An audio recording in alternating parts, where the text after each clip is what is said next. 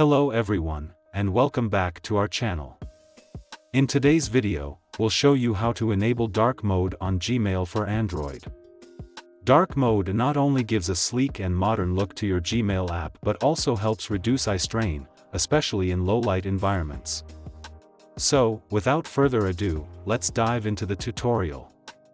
First, open the Gmail app on your Android device. Look for the red and white envelope icon with the letter M in the middle.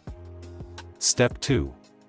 Tap on the hamburger menu icon in the top left corner of the screen to open the Gmail menu. Scroll down the menu and tap on Settings to access the Gmail settings. Tap to General Settings to continue. Now, in the Settings menu, you'll see various options.